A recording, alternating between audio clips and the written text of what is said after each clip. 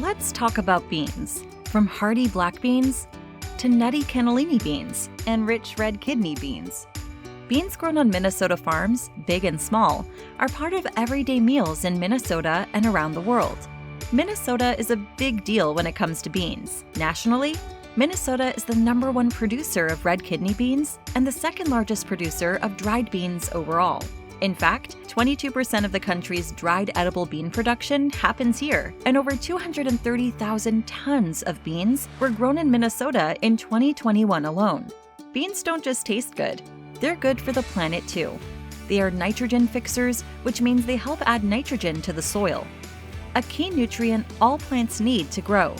Farmers can add nitrogen through chemical fertilizers, but making these fertilizers takes a lot of energy, and overapplication can lead to nutrient runoff, which pollutes our waterways. Planting beans is a natural way to add nitrogen to the soil, helping farmers to keep their soil healthy.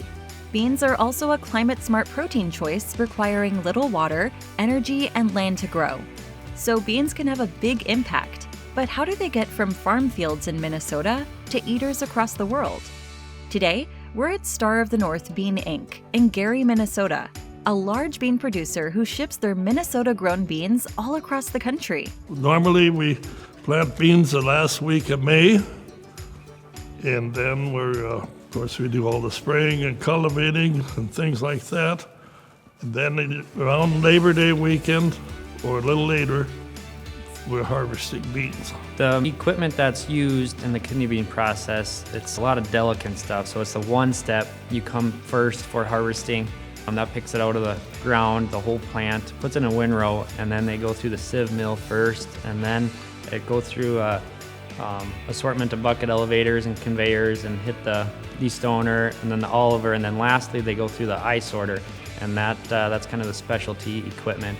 From there, the farm works with wholesalers who manage the sales and shipping. Once an order is ready, trucks roll in, load up totes full of beans, and hit the road, whether they're heading to a canning facility in Indiana or a warehouse in New York. Eventually, those same beans show up on store shelves or in meals all across the country. Thanks to farm-to-school programs, a lot of these beans stay right here in Minnesota and might even end up in your school lunch or classroom.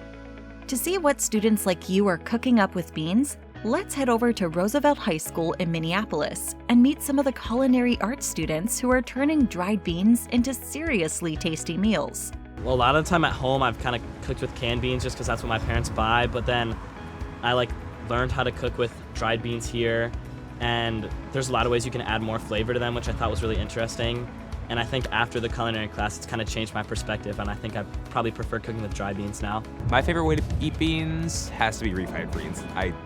I love them. I could eat them just by the spoonful. My favorite way to eat beans is when they're a side dish, or when you're eating them with a hot dog or burger and you just add seasoning and make them their own thing. It's really good. So beans are a very sustainable crop. They have a very low land need, and they help our soil. They put nitrogen back into the soil, so next planting season you need a lot less fertilizer, so we keep all the growing more clean.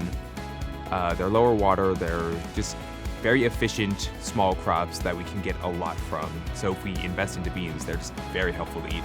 They're super good for you. They taste good. Yeah, they're just easy to make. They're easy to create.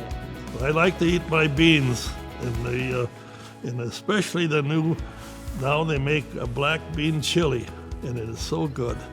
Minnesota plays a huge role in feeding the country and the world, with beans grown right here by local farmers and eaten by students like you. So next time you see beans on your lunch tray, know they've had a pretty cool journey to get there. From farm to fork, those little beans are kind of a big deal.